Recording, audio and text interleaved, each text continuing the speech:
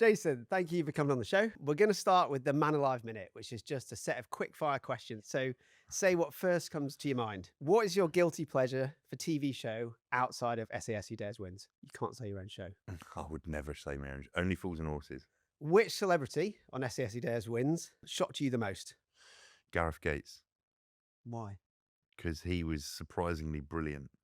All right. Do you have any well-being hacks that you swear by? I always like non-negotiable training every day, regardless of how small it might appear. Movement. What is a twat wagon? Training wing administration truck. Oh, okay. For anyone who's not been in So in the military, a twat wagon, TWAT, is the vehicle that supports the directing staff, and it is also the vehicle that you will get told to go into if you're a recruit or a student that has failed something or got injured or just not really come up to scratch. So you don't want to get in the twat wagon. Yeah. All right. What's been a surprising symptom that you've noticed of getting older? Well, apart from wrinkles, droopy sort of bits, I've noticed niggles seem to crop up a little bit more now over the past sort of like couple of years. Yeah. Been a bit more noticeable. Like this was very timely. This morning I went and trained, and just it was in the warm up. I was warming up at the same time as moving equipment, which is I shouldn't have done. So I wasn't fully warm. Moved some equipment, and I've gone and knotted something back here, and it's things like that. I feel like maybe they happened before, but I've noticed it more. Yeah, I think that's a really depressing answer. That's quite right. Oh. Okay. You have a reputation as being I would say, the epitome of what it is to be tough. And that's kind of like people see you as the approachable but tough guy, and whether that's physical or mental or emotional. What would you say is the thing that is most misunderstood about toughness in general? I think the misunderstanding with toughness, strength, is people think you're strong, you're tough, you're stoic because you don't share anything. You keep it all to yourself. You're emotionally cold and closed off. When I think actually toughness is about having the toughness, the strength to admit and recognize your weaknesses as well as your strengths, and to sometimes adopt the old stiff upper lip, but that doesn't always help. And so having the toughness to know when to reach out and lean on people and look for support and look for advice, I think that makes you a tougher person by being able to do that. I think you're a more rounded, understanding person of yourself. But that doesn't mean give up, does it? No, it doesn't mean give up. Try, No, I don't mean not by giving up at all. I mean admitting when things are difficult, and you being on your own. Sometimes you can't do things on your own. Yeah. Whereas I think the old school mentality of toughness was, I'll just get on with it on my own. I'm not asking for help because that's a weakness. Yeah. So I think for me, it's about understanding and having the strength to also open up, as well as when the situation dictates. Sometimes you just got to grit your teeth and crack on, grin and bear it sometimes. Which I guess feeds into the next question. So as part of your previous work, you had to be physically and mentally with it and really in that moment. What do you think is the most important aspect for a younger person who might be on tour or serving or anything like that? Do you think it's more physical? Do you think it's all mental? What's the thing that's going to get you to that point? It's a mix of the both. It is physical and mental, as in you've got to be physically robust to go and leaning into what I used to do, talking about what I used to do. You got to be physically robust. You don't have to be the fittest, the fastest, the strongest. You got to be robust. You got to be able to take knocks and deal with it and accept that it hurts, all that sort of stuff. You got to have the psychological strength to do that job, as in when you get knocked, when it hurts, when things haven't gone right, you don't just give up. No, I'm injured or whatever. You just got to realize that sometimes you have got to grit your teeth and crack on. You've got to get amongst it. But then on the flip side, Sometimes you've got to be a little bit more aware of what's going on around you, people you work with, also the people that maybe you've left at home. Because if you don't pay that attention, those sort of things will, everyone thinks it's being physically tough, mentally tough.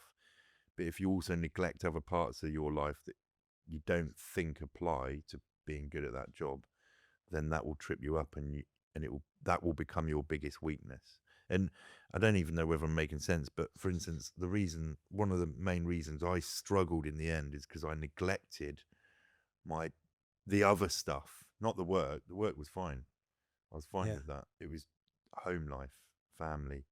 And then when that started to fall apart, I fell apart. So for me, if I'm talking to a youngster nowadays, I'll be like, look, you're fit, you're good at that, you're a great soldier. So we're using that as an analogy, but keep tabs on everything else. Make sure that there's a balance, because if you get that wrong, then things are going to spiral out of control. I heard you talking on a podcast where they said they train you to do everything to I don't know, to perform a mission. Mm.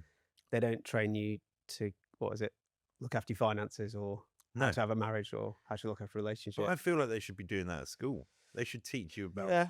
They teach you how to count. I wasn't very good at it, but they teach you how to Yeah. do stuff. But They definitely cover that. yeah, they do. But they don't really go into, like, how you should, be responsible with cash Yeah. and Yeah. live to your means, all this sort of stuff. I didn't. I was literally cashing checks.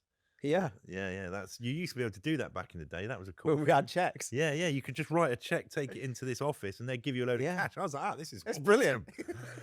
Yeah. Next thing you know, you bang yourself out what you're doing. But ultimately, what I mean, jokes aside, no one teaches you to have confrontational moments with your partner, which can be stressful. No one teaches you how you can juggle having a kid, no car, washing machine's broken down, your missus is in your ear. Like, it's those sort of things that you're never taught to deal with are the things that we should probably pay a bit of attention to.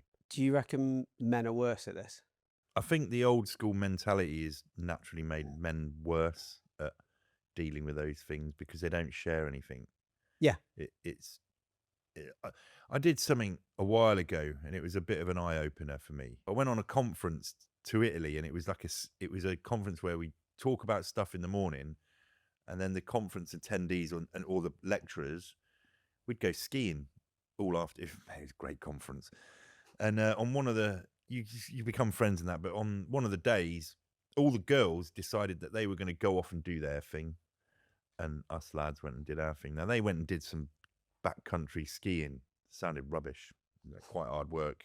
Got to the top of a mountain, did their stuff. We went off and just did jumps and crazy stuff, and had a right laugh, whooping and hollering, high-fiving. That evening, we all met up for dinner, some nice wine. We're all talking about what we got up to, and the girls are like, oh yeah, we did this backcountry skiing. It was really hard, up and down. Got to the top of this mountain, got our backpacks out, cup of tea, sat down, and we talked about stuff. We shared all our problems. We cried. We hugged it out. Skied back. What did you get up to? We're like, did some jumps, high-fived, had a few beers, and I'm thinking, oh yeah, I see where we're getting it wrong sometimes. Like, women are. And I don't mean this, I'm not stereotyping. I mean, in general, women seem to be a lot better at being more comfortable at sharing whatever's bothering them, discussing it, maybe not coming up with solutions or answers, but at least they've got it off their chest, and then they have a nice little hug. And whereas, back in the day, a mate of mine would be like, how's it going? I'm like, yeah, all good.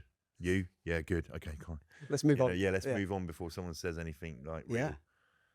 I think a really good example of that is where we are with like hormones in men and women. So if you look at menopause and HRT for women, we've got menopause cafes, you've got menopause doctors, like support groups. Yeah. Could you imagine having, I don't know how it's going to work, like a testosterone cafe where you could like get all your mates around a circle and go, right, let's all talk about our erectile Injecting. dysfunction or that. Yeah. Either way, no one's going to that. I mean, if I rang my mates and went, let's go for a pint and we'll all talk about our sex problems, it'd be like, yeah, we don't want to meet up with you anymore.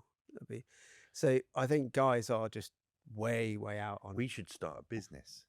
Go on. A, I mean, a- it is a- recording. A so it's chain, not gonna be like- chain of cafes. Man, Yeah. man on pause. And he's just paused and had a chance to chat. Can we copyright this? I don't know. Before we I've move on? trademarked that. Like, Where's- oh, yeah. yeah, that would have been a brilliant idea. Mm. Blood test. So we did some blood tests on you, obviously. And one of the ones we did was testosterone. Before we get on to your specific results, was there anything that you thought, oh, I really want to look into that or I'm worried about? I am interested in testosterone because it's become a subject now. People talk about it, and you're more aware of it. And I'm really aware now. I'm 49, and I'm aware that it's going to become not a problem or an issue, but it's just going to be a thing that's going to have an impact. Yeah. And so I am interested in it. And there's two reasons. One is me and my missus have just had a baby. So Jack's 3.5 months old. And obviously I'm feeling a little bit tired, not as tired as her. She puts a graft in, but still I'm there. Yeah. But I'm feeling a bit more tired. Finding it hard to, dig deep for motivation when it comes to going to the gym. I do it, but I'm finding it a little bit more difficult. Now, I don't know whether that's because of my age or whether it's because I've just got a kid. And I'm interested to know, if there is an excuse for it. So that's the first thing. And secondly, I'm just interested to know what's going on. I spend all my time talking about how I feel and how I'm going to, exercise and deal with my physical and mental health, but I don't really know the levels of stuff and whether they play a big part. Yeah, I think that's a really valid question. We're certainly seeing more and more men who want to know just what is their state of play and when do they need to worry, that sort of thing. So if I said a normal testosterone, this is total testosterone, not free and all this sort of stuff, I'll come back to that later, but total testosterone, just the amount you produce, an optimal range is like 15 to 30 nanomoles per liter. And we definitely say you have low if it's below 12 and you had symptoms. Okay. What do you think your level I have is? no idea. Do you want to take we should have like a dartboard. And So 12 is low, 12 and below 12 is low. We'd say 15 is below and low if you have certain medical things or symptoms. So we want you to be 15 and 30, age irrelevant. 15 to 30. Yeah. Don't worry, it's not terrible. 20. So your level came back at about 11. Fuck. Did it? Yeah. Why is that? Yeah, I'll be honest with you. I've not had a patient shout "fuck" at the time I've done the result sorry. before. Yeah. I mean, but it's quite accurate. Yeah, so it's quite interesting, isn't it? So That's annoyed me. why? Well, I don't want to be low. No, but on the other hand, there's two schools of thought for this. You could say, I'm just getting older, and for 3/4 of the population of men, that's true. They are just getting older. Yeah. And their testosterone is normal. So when they wake up and they feel awful and they're tired and their joints hurt and they get shoulder injuries warming up, that sucks because there's nothing you can do about it. Right. For somebody with a slightly lower testosterone, you could say, well, actually, is that because it's a hormonal problem? And then in those cases, you can do something about it. And there might be ways that we could try and improve that testosterone, either lifestyle-wise or medication-wise. And in a way, I'd take it as a good thing because it means that you don't have to feel quite as crappy, which is brilliant in a way. So how do I fix it? All right. So if I go back, you said symptoms are what? Slightly less energy. Yeah. So I'm still getting to the gym. I'm just not finding the time as easily. So I feel like I've not trained properly over the last couple of months. Normally I'm like religious and I make sure there's a lot of compound movements in there, lifts, all that sort of stuff. And I'm normally firing. Whereas over the last couple of months, because of work and because of the little one, it has been a lot more difficult to find that time. Now, I'm trying to think about what my last few weeks have been pretty poor, to be honest. both training wise, but also I went away for 10 days for some work, which also involved a lot of drinking. I took a mate with me. That didn't help. And then I came back from that, and then me and the family went on holiday. And I knew if I'd have turned around to my missus, and sometimes I take a lot of time off drinking, but if I'd have turned around to my missus and gone, I'm not drinking on holiday, she's like, oh, but you can go away with work and, have a good time with your mates. And so I was like, I've got to have another stint of, indulging in sort of like holiday food and booze. So maybe that's had an impact on it. But also I think the training side of things, it hasn't been as intense as I'd like it to be, and I'm aware that can have an impact on it. Definitely. I mean, all of that can affect your testosterone, and we never treat you based off one reading, because you want to repeat it and go, is that real? Is it a single reading? And get a bit more data off you. But I think the fact that if someone, and again, this is not to massage your ego, but if you get a general guy who's looking in the street and think, oh yeah, Jason Fox, he's got to be full of testosterone. The guy's, and it's how you come across physically and that mentality, and you think that means lots of testosterone. But of course, it's all relative. And the big thing for you is, well, maybe 10, 20 years ago, that level was 29 or something. And then when you notice it's dropping, that's when you think like, actually, you know what? I can't quite get that same push as I had. And we're not trying to medicalize normal aging, because that's not what it's designed for. No. But again, if you can fix that, because we know evidence-wise, if you get a guy and you give him or he has low testosterone, and you stay like that for years, that's going to increase all-cause mortality. So your risk of dying just goes up. Yeah. And your risk of heart disease and diabetes and bone thing also. So you got to think, well, if I can do something about that, and whether that is laying off the booze a bit or training differently or getting better sleep because you've got a young kid or something, then that might be enough. On the other hand, that's why we have hormonal treatment for testosterone, because it works. But I think, to be honest, again, I would say this is a great thing for most guys who might think, well, if you've got a guy who's able to train every day and he's got a really successful crew and doing things, and he could have a potentially low testosterone, then maybe more guys will go, well, I could get mine checked. Yeah. If listening to this episode with Jason is making you consider aspects of your own health, you can take the same blood test that Jason has taken by going to the link in the description. Even better, use the code MANALIVE for a special discount. Back to Jason. Cholesterol and triglycerides. You mentioned already that you thought they were a bit abnormal, didn't you? I've tested before, yeah, and I think my my cholesterol is normally sat around the amber, so it's not like danger unless you're going to tell me otherwise. I wasn't, but yeah. It's always sat around the amber. I'm also aware that cholesterol, it's not a bad thing. It helps. It's a good thing. So I know a little bit about it. What's your life of food been like?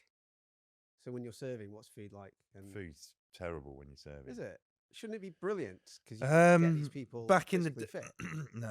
When I joined up in the early 90s, when people didn't really give a shit. Not great. Not great. No, like you'd go into your meal timings. Breakfast was a fry up, and it wasn't really. No one really knew.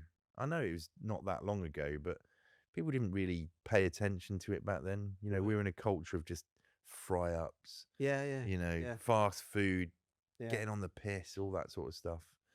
So it wasn't great. Trained, yeah, and we were young, so that went in our favor. But my sort of, it got better, by the way. It actually got better when we went to places like Iraq and Afghanistan, because the Americans were there, and if you went into any of the American diners, yeah, they were looked after. Really? Like surf and turf days and stuff. Yeah, it's mad. I mean, there's an irony looking at the average American. I know. But there we go. It was better in there. Although saying that, they'd have a fridge full of Ben and Jerry's as well. So anyway, it got a little bit better, but over the years it's got better. And I think having left the military, I eat healthily, but I do have my vices. So your diet's now pretty good though, and I suppose high protein. I keep it balanced as much as I can. I've got if I'm having a steak, I love the fat on a steak. I'll eat it. I'll eat my missus's fat off her steak as well. She finds it disgusting, but things like that I could probably maybe not do. But I'm still exercising a lot. Bit of a salt fiend, I know that. So your total cholesterol came back at 7 What's that? millimoles per litre. So we want that's so total cholesterol is just the amount of cholesterol flowing around in your blood. Mm-hmm. And ideally, for a low risk person like yourself, we'd want that less than 5. So it's not awful, but it's not ideal. And it kind of, I think, reflects what you said already. Yeah, I knew it'd be somewhere around that. Well, how do I get it a bit?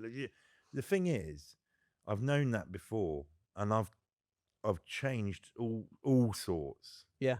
and it's not had an impact. That's why I've gone back to eating fat off steak, I was going to say that'd be the because one. it's not had an impact. Uh, The thing that I did reduce as well, that I still don't do. I used to love a bit of cream, and I mean, like both of these will do it. cheese and stuff like that. But I don't eat it anymore. I don't have milk. Yeah. I lay off dairy pretty much pretty much altogether. Well, because then the other thing is that I'll come back to that in a second. So your LDL, which is your bad cholesterol. So you've got 2 types of cholesterol: HDL, which is the good stuff, and it takes the fat out of your blood and puts it in your liver. And you've got LDL, which is the bad cholesterol, as they call it, and that takes the fat out of your liver and puts it in your blood, where potentially can stick to stuff like arteries, which you don't want, obviously, because that's heart attack. And your LDL's just above normal. That's 3.7. Want it less than 3, so you're not far off. But then the question is, how much can you do to really get that level down? And also, why do we even care? Like, is it actually going to result in a problem or not? Because a lot of guys will go, well, like you said, you need a bit of cholesterol. So why am I like flogging my diet just to get it down by 0.1 or something? So I guess the first thing is, probably cream, cheese, sucking the fat off a steak is probably going to. I'm not changing that though. That's I thought that could be your absolute no to. Yeah. But then the question is that going to work? And if you said the only thing that I can do to get that cholesterol down is do that for the rest of my life, I mean, that sucks. Would you be happy doing that? I don't know. But what else stuff I do eat a lot of is cured meats. It depends what the meat is, and sometimes, yeah. I guess the other part of it is how much of this is just your DNA and your genes. That's the other thing. I mean, my granddad died young, not young, but he died of a heart attack, and that was due to, we all know, he used to wake up every morning and have a massive fry up. He's a big old guy, but he, his health wasn't great. And my dad actually was like, he had a bit of a rocket fired up his backside, and he decided, because he wanted to live longer than his dad, which he has done. So that's great. But he is a type 2 diabetic in the process. So I'm always like that. Is it a genetic thing as well? How old's your dad now? 74. Okay. So I've got nearly 30 years to make sure we keep you going. Yeah. Well, my granddad died when he was 63. I remember thinking when it happened, I was like, fucking hell, he's old. Yeah. No. Not now. Yeah. Yeah. I think genetics is a big thing for blokes, because the 2 biggest triggers outside of your diet and things, the 2 non-modifiable risk factors, are getting older, which you can't do much about, and being a bloke, which technically we do something about, but that's quite drastic. It's not for this podcast. So realistically, it's how far do you push that? Because having some cholesterol is fine, but too much is still going to eventually have some cumulative effect. But it's not just cholesterol, and it's stuff like blood pressure, and it's your diabetes risk, and they all chip away and increase the overall risk. So for you, I mean, the easy stuff is like booze, that massively contributes. And one of your other tests, triglycerides, which is a different type of fat, but that's really sensitive to alcohol. And yours came back a little bit high on that one as well. Yeah, that's because I had holiday. I've had the whole yeah. So what you could always do is say, well, what's my normal healthy life? I'm going to just cut the steak sucking bit out, because that's not good. And say, repeat it when you redo your testosterone. You go, right, this has been me at a healthy level, and then see what the gap is. And if there's very little gap, then it's your DNA. Yeah. And then you've got to decide, what point in my life do I take statins or something similar just to bring that down? And that's more about the longevity risk of, do I want to live longer than my dad? Do I want to accept the fact you've got to take a tablet? Because for somebody that's fit and healthy, having to take a medicine is a massive psychological blow, because you've been healthy for so long. And this is a sign of like mental weakness or physical weakness that my body can't do what I want it to. Yeah. I don't think yours is terrible, but it'd be really nice if we could try and get that level back to something different. Okay. We'll get back to Jason very soon, but I wanted to ask you something first. Jason's blood test shows some common issues faced by men in his age bracket. I want you to comment below any challenges or concerns that you have, and we'll be covering these hopefully in the future in upcoming episodes. Back to Jason. For you, to manage the low testosterone, you're relatively limited because you're already doing a lot of the stuff that most men are not doing that we would advise them to do to get healthier. So stuff like exercising every day, having a pretty good diet, not having too many carbs. Sleep's one. I don't know what your sleep is like now. No, it's not as good as it used to be because I've got a fucking Yeah. there's a kid at the end of the bed. Your new kid. Yeah, the new Yeah, kid. that Not makes one sense. staring at me. No, I was going to say that's weirder. It could be better. But sleep massively affects testosterone. And we used to see blokes coming in who would have a newborn and they go, oh, I'm in sync with my wife, and that's like because I'm going through that period because I'm helping with feeds and stuff. That's why I feel so tired, and that's why my libido's gone, and why my muscles have changed. And you go, no, it's because like you're not sleeping properly either. So your testosterone's tanking. Yeah. And if you improve that, then your testosterone gets better. And so it might be that simple. But I'd say then that goes in line with the boozing as well. Yeah. That massively, I notice because I wear things. I notice if I've had a drink, it is massively a late drink as well. Then it affects my sleep, my recovery. Yeah. Does it affect your training the next day? No, it doesn't affect it. I'm kind of annoyed with the wearables to a certain degree because I'm like, I never used to even really register with me, but tech, the modern world, I've become interested in it. And then I'm like, is that, I'm like, yeah, of course it affects your sleep. But then I'm like, oh, I wonder how I perform, train reasonably well, to be fair. I'm still quite happy with what I can deliver in the gym or in a physical environment. But it will do, obviously, if I continually, say for instance, I did a long period of time drinking, it'd have a massive impact on my output, my performance. But I don't really, I mean, tomorrow, I know for a fact, it's annoying me now, actually, having had this conversation. I know I'm going to meet some lads tomorrow, watch some rugby, and I'm going to have a few beers. And I'm like, I just want to go home, be a hermit, hide away.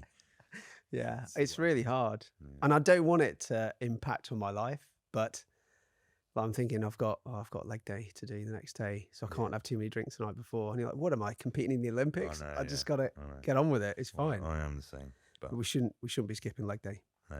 When you were serving or on tour, you'd have to have really high elements of stress, wouldn't you? Like high moments of it. And not every guy who watches this will have had those experiences, but most of us will still have high episodes of stress. Mm-hmm. So how do you deal with that acute moment? So there's a lot of things that help you deal with it. Let's take the special forces. You're well trained. You're surrounded by motivated, well-trained individuals. You've got good equipment, and you've had a lifetime of good culture bred into you, as in good operating culture. I think that allows you, all that combined with the characteristics of the individuals, it allows you to not that you don't pay attention to stress, it's just a part of what you're doing, and it's become part of your world, and dealing with it is second nature. So to answer the question, it's really difficult to answer the question, how did you deal with the stress? Because when you're in it at the time, when I think back to it, I'm like, just do it. Just get on with it. But you do get taught lots of different things along the way on that journey to being good enough to be in those situations that help you deal with it, because you've essentially got years and years, a bank of years and years of knowledge of, if this happens, what do I do? If this happens, what do I do? So you're sort of prepared by your training, your skills, and also you've conditioned your brain to deal with it. Yeah. Do you know what I mean? But it must have some sort of long-term impact. Otherwise you wouldn't be talking about PTSD. It does. there's been some developments recently that I've read about Go on. when it comes to PTSD. So I've always been like, yeah, okay, I've got PTSD. There's an issue. There's something that's happened in the course of my career, and it's had an impact on me. Now, I was always told that it was my career that done me. You know, there's a period of time, and it is. I get it. It's stressful. Yeah. But there's parts of me who are like, I don't get it though, because I loved it and I committed to it, so I'm happy to do this. And okay, there was come a point where, but then when I was going through my sort of therapy, my journey with that, very early on, especially as well, I used to keep getting asked this question, which was, when did it happen? When did you start feeling stressed? And I'm like, are you joking? I was like, there's hundreds of them. They're like, well, let's talk about it. And I'm like, well, how long are we going to be here for? Like, this is going to take a long time. So it used to really annoy me, this question, and I kind of mugged it off. I was like, and you know, I didn't engage with some of the therapy and whatnot. Anyway, fast forward a few years, I've gone through all sorts of different things. I've, you know, contemplated suicide, all this sort of stuff. And then I revisited the question in my head, and actually I was like, you know what, it's quite it's a relevant question. So I started to look at it, and I actually worked out by drawing a graph with lines on. We don't talk about it now because you need to see it, but it was like my psychological timeline, and I stacked up different things that were going on in my life, and where all the lines converged the most, I was like, that, and it, where it would have sat in the years, I was like, that's kind of when things started to happen. And actually, there was military stuff, there was career stuff that was happening, but it was when everything else stacked up, the stuff that we've already spoken about, like getting married, getting divorced, kids born, ill, money, all that. And I was like, that's when I should have been paying attention. Anyway, so I was a bit like, post-traumatic stress, I'm not so sure. Anyway, recently in the States, a professor called Chris Frew, he's an American, and he's sort of obviously worked with predominantly special forces operators over in the US, but also emergency responders, you know, all the people that are always under stress. And he was basically diagnosing people as having PTSD, but he was still a bit like, I don't know. Anyway, what's happened is there's a new piece of terminology for, I suppose, what you'd call complex PTSD. And what's happened is, doing those careers for such a long time and putting yourself into, you know, super high stress situations, essentially in the end it rewires your brain. Your brain's like rewired to the point where it's like, well, that's normal. And then when you take it away, or it starts to slow down, or you don't have a proper decompression, then that's when you start doing or feeling certain ways, because your physiologically and also, you know, emotionally and everything, you're like, hang on a minute, I'm living off that stuff. So yes, there is post-traumatic stress there, but I think it's an element of that mixed with doing something that is so stressful for so long in dangerous environments that it rewires you as a person physiologically in the way that it wants, you know, hits of I don't know, adrenaline, whatever it is. And when you're not getting that, that's when you start to do crazy stuff, whether you get angry, you drink too much, you become dysfunctional within certain, you know, social circles within your life, because ultimately you unbeknowingly, subconsciously, you're scratching around for this hit of something. Yeah. Because you don't, I think the mistake is for people to think it's only those in those extreme situations, like police or military, that get PTSD. But of course, like, no, anything that's acute stress prolonged enough can still do this. I mean, someone that, you know, you could be in any career, and if you're doing it long enough, you are gonna, the routine and the structure that you get with that is gonna wire you in a different way. Whatever that looks like, I don't know. It depends, but it's gonna have a profound impact on you. If you're working nights all the time, you know, we all know that obviously this guy's going to be waking up at some weird hour because he works nights. So why doesn't it happen in other ways as well? Yeah. I don't know. I have to say, apparently I was an absolute grumpy bastard when I was on nights, according to my wife and everyone I worked with. And quite rightly so. Yeah, quite rightly so. I guess from your side then, Are there any sort of morning or specific rituals you take now to look after yourself in terms of mental health? Yeah. So there's a few things I do. The first thing is I'll get up, and a non-negotiable for me, hydration is good. I make sure I guzzle a load of water or something that's good for you, not like vodka or something I decent. think doing that at 8 a.m. is not good for anyone. Yeah, I think there's a problem there. But anyway, not that. Yeah, water, but then movement. So a non-negotiable of is a is some exercise of some description. I don't do yoga. I'll stretch off, I'll move my body, I'll open up the joints. I've got different things that I'll do. And then I'll do a mini, I call it like a jailhouse workout. So you can do it in like a small space. Sometimes it's in the hallway facing the wall. So I can't make sure I'm away from the baby and then wake it up.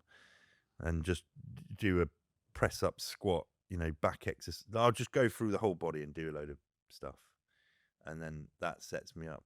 Sometimes I might, sounds a bit weird, and this isn't for it's not for health or anything, but I'll take a cold shower just because it's an uncomfortable thing. It's not nice. And so I feel like exposing myself to discomforts, it means that I've won in a way. I've got the mental strength to be like, I know this isn't nice and I don't have to do it, but I'm going to do it. Yeah, that seems pretty weird. Yeah, I know. I've told some of my mates to do it, and they're just like, shut up, you idiot. But I don't know, it's a weird thing. My missus thinks, she actually has a go at me. She's like, make sure you turn the shower back to hot. But think how much you're saving on heating bills. Nowadays. It's true. It's insane. Yeah. What do you reckon then is the link between physical movement and mental health? Huge link. There are very rarely now, because I'm pretty strict with it, but there's been in the past where I've not done it and it has a massive impact on how I feel, my approach to the day.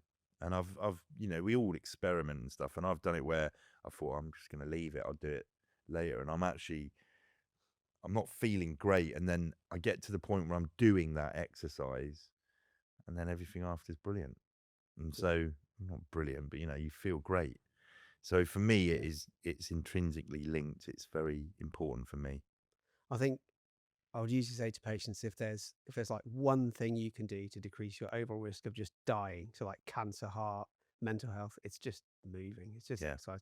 I think there's this weird thing that we're just not designed to be sitting at a desk on a computer like this for like. But that's 10 what we hours. seem to be doing now. We do, or a lot of people do, which is why we're pretty screwed. Yeah. But yeah, I think that kind of message and I don't think you have to. I mean, personally, I don't think I have to separate mental wellness with physical. So my sort of catharsis time is just to go to the gym, headphones go on, and I don't talk to anyone for an hour and a half, and that's my time, and that works really well. I don't need to meditate or anything else, because that's half the time there's nothing on in the headphones, but people don't come and talk to you. No, exactly. Well, they obviously, if they watch this, they're all going to come and go, "What are you listening to?" Yeah, no, you've given it away now. But I'll have to find a new gym. Is there any one piece of advice you would give to somebody who you think is starting to struggle with mental health? So if you feel differently, negatively about yourself or things that are happening around you, the first thing to do is to be honest with yourself. Not to, because a lot of people are like, nah, there's nothing going on, don't worry about it. That's inside their head and they sweep it under the carpet. That is not helpful. It takes a strong person to be honest with themselves, but also, if you're not honest with yourself and you're lying to yourself, there's only one person you're going to piss off: yourself. So be honest about something that's going on, and then it's a case of just going out there and finding someone to talk to. I think everyone thinks that there's some dark art to overcoming mental health. I personally think it's quite simple, because you've just got to go on a journey of finding someone to talk to. It might not mean that you find them straight away. It might be quite disheartening at first, because you find you meet someone, try and talk to them, they don't really work out. You get disheartened. You think, oh, I can't trust anyone now. But that's not the case. It's just you're on a journey to find that person, and don't give up on the first hurdle. At the first hurdle. So honesty and talking. Yeah, I think you're totally right. We tend to say to to most blokes, if you think someone at work is struggling, you'll notice things like they stop going for the morning coffee break. They won't socialise. They'll give up their sport. They look Mm, like they're not looking after themselves. All these little markers, and if you just say to them, right, you were going for a pint, mm. whether you're not, and I don't care whether they want to talk about their mental health or not, but just to start breaking that negative cycle, Yeah, where you start to do something to bring them back in the room, I think is the first thing that's really helpful. yeah. It's a really tricky topic, and I don't think we're anywhere near cracking this one for blokes yet. It is difficult to like give advice to people, but it is a case of that. It's like someone says, "Oh, people have said to me, I've got such and such a person, either a friend or in the family. How should I deal with this?" And I'm like, "Mate, you can't. I can't give you that answer. Only you can go and find the answer. I can tell you a few things, but ultimately, the best thing you can do is just be there, be in the Yeah. vicinity, even if they're not talking to you or not reaching out. Let them know that you're there, and you know, make that a habit of theirs to see you and to know that you're there. And then after a period of time, they might actually start talking. It's difficult. You can't. You got to be careful when it comes to forcing, haven't you? Yeah. Because it can make people um, go the other way. But you know, you can be nice to people, like you said. Let's go for a beer. I You don't might want be. to talk to them when we go for a No, beer, you but just sit it's there and fine. have a pint. Yeah, we're not That's talking. much better. So I guess the last part I wanted to touch on was sort of emotional well-being, and I know we've covered mental and kind of physical health, and emotional health is something that's slightly linked to mental and physical in the sense that it pulls you all together. Mm. Um, SASU Dares Wins is a really good example of that, and I think your persona on that, it's your TV persona, isn't it? It's not you, or is it? It is a version of me. So when we first did the show, when we first started the show, the day before we started filming, I'd never done anything like it before, and I was having a bit of a how should I come across? Who should I be like? Yeah. And then I was like, just be how you would be like how I've been in instructional roles before in the military. I think you come across as more approachable on that than some of the Yeah, maybe. instructors. You know. Do you not think they should have called it SBS Who Dares Wins? That would have been better. Oh, that was a big conversation. Oh, was it? I was joking, but Huge. No, okay. no. So they were going to call the working title was something along the lines of The Selection. We were happy with that. That's pretty sort of generic. Yeah. I was like, Although it "That's could be cool. It's a box of bit chocolates." mysterious. Yeah, yeah, true. Yeah, roses. Yeah. And then obviously we finish the filming and they go away and they're like, oh, they're going to talk about what it's going to be called, and they have like think tanks and they run an entire week's conference with bigwigs discussing this thing. They test it amongst groups of people. And I remember I think I was driving down the M40 or something when the phone call came. It's on the old hands-free. And yeah, they've come up with a name. I was like, all right, what's it going to be called? And they're like, SAS Who Dares Wins. I was like, I was like, 3 of us were in the SBS. Brilliant. Anyway, but hey, apparently those 3 letters sell. So Yeah, well, it's done really well, hasn't it? now, In yeah, fact, you've been on it the longest now as well, haven't you? I am. Yeah, I've won it. Yeah. It's Yeah, I started at the very beginning and still managed to cling on. what do you think was like one of the most meaningful moments on that show? Wow. There's been a lot of meaningful moments, to be honest. A lot of people watching people. The show's like it's very Marmite. You get some people that love it, and you do get people that hate it, and I get that. I totally get it. And some of the people that hate it that I've met miss the point of it's not us screaming. We're there to facilitate a journey, and we're there to put pressure on people. But the best bit about it is watching people, real people, humans' lives, their journeys through it, and their progression. And like you see how they change when they've overcome things. They've done things that they never thought they'd do again.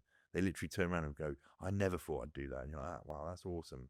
Yeah. And it's only because that show exists. There's a mechanism there for it to happen. So Yeah. that's the thing. And I think people that maybe have not grasped that or want to hate on it don't see that happening on the show. They just feel like, oh, it's just a bunch of blokes that shout at people and they're making them throw themselves off a cliff again. Whatever, I could do that. You know, really? Yeah, I'm Yeah. not tempted to do it. So, but anyway, a big part of SAS Who Dares Wins is about overcoming fears and going beyond what you think is possible. So, what does it mean to you to be fearless? Have you got an example of something like this? so I don't believe in the word fearless, so to speak. I think fear is a good thing. I don't know what the equivalent would be, what my preferred word would be that replaces fearless, but I think fear is a great thing because it makes you focus on something. It can turn you into a snotty heap on the floor, which is not ideal. But if you can get it to a point where it focuses you in to concentrate on what you're doing, that's a good thing. And it just takes a little bit of practice. So I can give you loads of examples Yeah. because I don't particularly like heights, and yet I spend most of my time working at them or doing stuff at height. And so what happens is, like, when I notice I'm starting to feel scared at heights, so I could be stood on the tailgate of a plane waiting to throw myself out of it, whatever, my palms go sweaty, my backside starts, Just holding on. moving around. Yeah. And I'm thinking, oh my God. But what I then do is I start concentrating on what I'm supposed to be doing. What's the correct way to be throwing myself out of this plane? Is all the kit in the right place? If I'm stood on top of a bridge, I'm about to throw myself off. I'm checking off all my kit, making sure my feet are in the right place. And I'm basically shutting out the noise that fear creates. Oh, what about this? What about, oh, this is high, it's scary. And I just sort of concentrate on the stuff that's important to me and important to my safety and important to basically quelling that fear. We'll get back to Jason in one sec. Man Alive is a new show, and we have a huge amount of great celebrities and experts coming on to share with us both personal experiences and expert advice around men's health, as well as diving into real blood tests of guests like Jason's. Please press subscribe to ensure you don't miss any of them. And now, back to Jason. The other thing that goes well in managing fear and creating an illusion of fearlessness is knowledge. The more you know about something, the less scared you are of it. I would argue that if you are jumping off stuff, that you've been trained in how to do that, haven't you? So you can focus on that. Yeah. Like when you did your stage stuff, I know that was a stressful thing, wasn't it? Yeah, it's very So scary. how do you not soil yourself going onto stage there? Because again, I'm thinking about what I need to concentrate on. I need to concentrate on delivering a good piece of content so everyone that's paid money to come and see me is happy. Yeah. I do lots of different things. I focus on my breathing, my stance. Again, I'm just thinking about, before I go onto stage, I'm thinking about how I look, how I stand. I take up a bit of a strong pose so I feel confident. And then if there's a route to stage, I'll have practiced it. I'll make sure I'm looking at it because I don't want to trip up and look an absolute bell end. So, there's stuff to concentrate on, even if it's new to you. Like, I'd never done it before and I was absolutely petrified. That was part of the thing as well, was that I'm well aware that, pushing myself into an uncomfortable place is a pretty good thing to do because, you develop and grow from it. So I was looking forward to that bit, but ultimately I was doing all the things that I needed to do beforehand to throw myself into an unknown situation. If you could suggest like one thing that somebody could do today to start improving their resilience, what would you say? Oh God, it's a big question. It can be something Right, really I reckon easy. you'll like this. I think you'll like this, being of the medical profession, Right. a doctor. So it's about making your pools of resilience easier to tap into. Right. So imagine if you could lead your life in parallel twice. You could lead your life twice at the same time. So you got lifeline A, you got lifeline B. All right. Lifeline A, you have a great time. You're always out with your mates. You're on the piss quite a bit. You don't sleep that well because you are on the piss. You don't eat that well because you're normally stopping off at the kebab shop on the way home. Wake up in the morning, you ain't got much time, so you just knock up some, Cocoa Pops or whatever. Not great. You very rarely exercise because you're tired from pissing up, and you don't really check in with yourself. You don't sit down and think about how you're feeling. That's lifeline A. Lifeline B, on the other hand, is you're not a monk, but you are very aware of how much you drink. You moderate it. You don't go out all the time. You get good sleep. You eat well. You check in with yourself. You know, when you're feeling low, you give yourself the respect you deserve, all that sort of stuff. Now, as you're going along those two lifelines with those lifestyles, this all the big things that happen in your life happen at the same time on those lifelines, like leaving school, getting a job, losing a job, but then all the big stuff, marriage, divorce, bereavements, deaths, losing houses, big shit, car crashes, you will bounce back quicker in lifeline B than you will in lifeline A, because you are better prepared and you've made your resilience, I think, easier to tap into because it's all in there. And lifeline A doesn't let in there get easily tapped into, I don't think. That's just the theory. Well, that is good one as a doctor. I was going to go for something like have a morning coffee, or Well, that is just go to good the as well. gym, That's what I always do. but yours is much better. I We'll just wanted take that. I just wanted it to be a bit deeper. Yours is much deeper. I'll scrap the coffee one. No, coffee's good. I love I coffee. love I love coffee. Yeah, there's lots of data showing how good coffee is for you. But Oh, really? Yeah. Oh, good. Okay. Just not later in the day, but Not early in the day, testosterone, really good. though, obviously. 'Cause Let's I drink not- loads of it. That wasn't the point of this. The point of this is, Jason, this has been absolutely amazing. Thanks so much for coming on Man Alive. I loved it. What's next for you?